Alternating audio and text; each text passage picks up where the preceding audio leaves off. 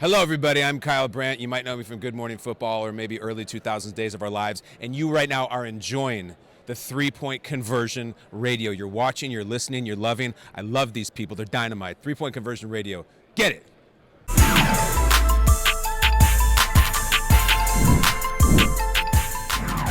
Oh, it's your man, Mr. Controversy. Did you miss me?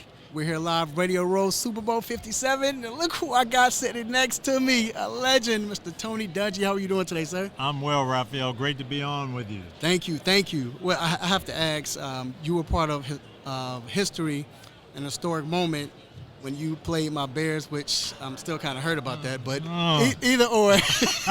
But having two black coaches coach against each other, first time ever, and now this year you have two black quarterbacks playing. What advice would you give them? Because I know it's a lot to take in. Yeah, and these two young men, I think, are handling it very well. They know the historical significance. They know this has never been done before. But they also know that the important thing is to win the game. So you got to keep it in perspective.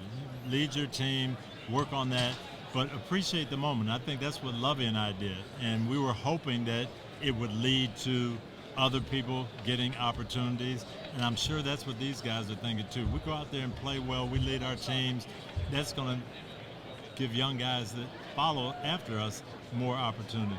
And then also, you got these teams, both of them are great offensively, but defensively they're great just as well. Like, who do you see having the edge?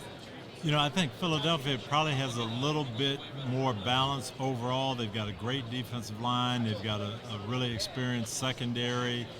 They've got a lot of running backs. They've got weaponry all over the place.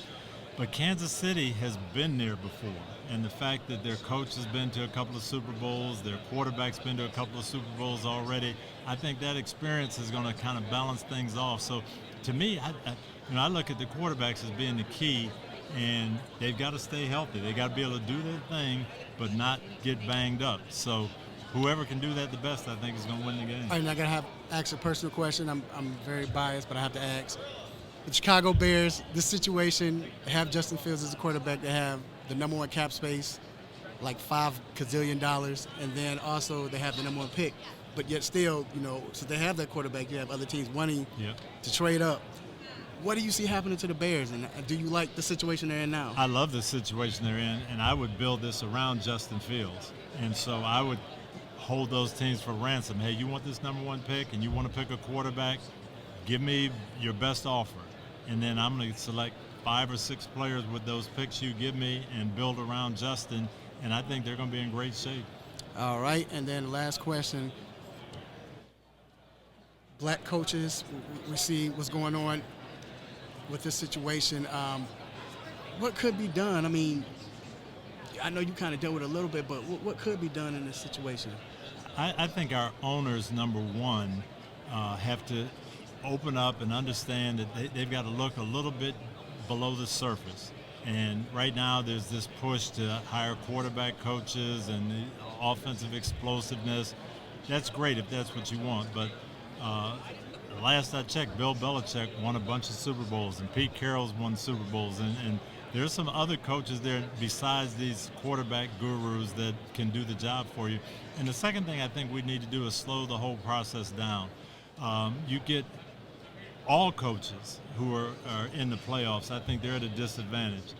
Eric Bieniemy and Leslie Frazier, they shouldn't have to interview in between, hey, I'm preparing for a big playoff game and you want me to do an interview on a Saturday before the game? No, slow the process down, make it all wait until after the Super Bowl, then take your time, and I think then you can hire the best people. Yes, sir. Well, you heard it first. The man, the legend, Mr. Tony Dungy. We'll see y'all later on, all right? Will you miss me?